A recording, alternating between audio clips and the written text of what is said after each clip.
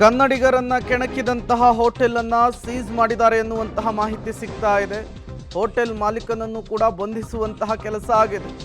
ಕೋರಮಂಗಲದ GS suits ಹೋಟೆಲ್ನಲ್ಲಿ ನಿನ್ನೆ display ಬೋರ್ಡ್ನಲ್ಲಿ ಕನ್ನಡಿಗರ ಬಗ್ಗೆ ಅವಹೇಳನಕಾರಿಯಾಗಿ ಒಂದು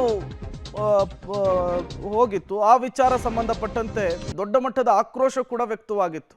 ಕನ್ನಡ ಪರ ಸಂಘಟನೆಯ ಕಾರ್ಯಕರ್ತರು ಕೂಡ ದೊಡ್ಡ ಮಟ್ಟದಲ್ಲಿ ಆಕ್ರೋಶವನ್ನು ಹೊರಹಾಕಿದ್ರು. ತತ್ಕ್ಷಣಕ್ಕೆ ಹೋಟೆಲನ್ನು ಸೀಸ್ ಮಾಡುವಂತಹ ಕೆಲಸ ಆಗಬೇಕು ಅಂಥೇಳಿ ಈಗ GS ಸೂಟ್ಸ್ ಹೋಟೆಲನ್ನು, ಕೋರಮಂಗಲದಲ್ಲಿರುವಂತಹ ಈ ಹೋಟೆಲನ್ನು ಸೀಸ್ ಮಾಡುವಂತಹ ಕೆಲಸವನ್ನು ಮಾಡಲಾಗಿದೆ.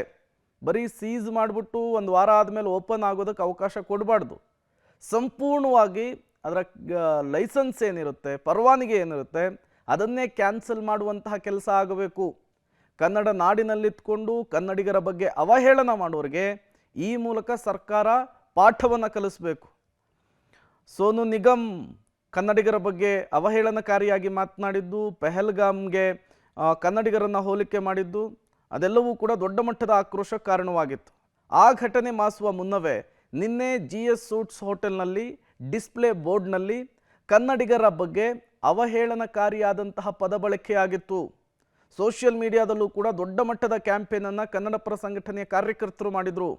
ಹೋಟೆಲನ್ನು ಸೀಸ್ ಮಾಡಲಿಲ್ಲ ಅಂದರೆ ದೊಡ್ಡ ಮಟ್ಟದ ಹೋರಾಟದ ಎಚ್ಚರಿಕೆ ಕೂಡ ಕೊಟ್ಟಿದ್ರು.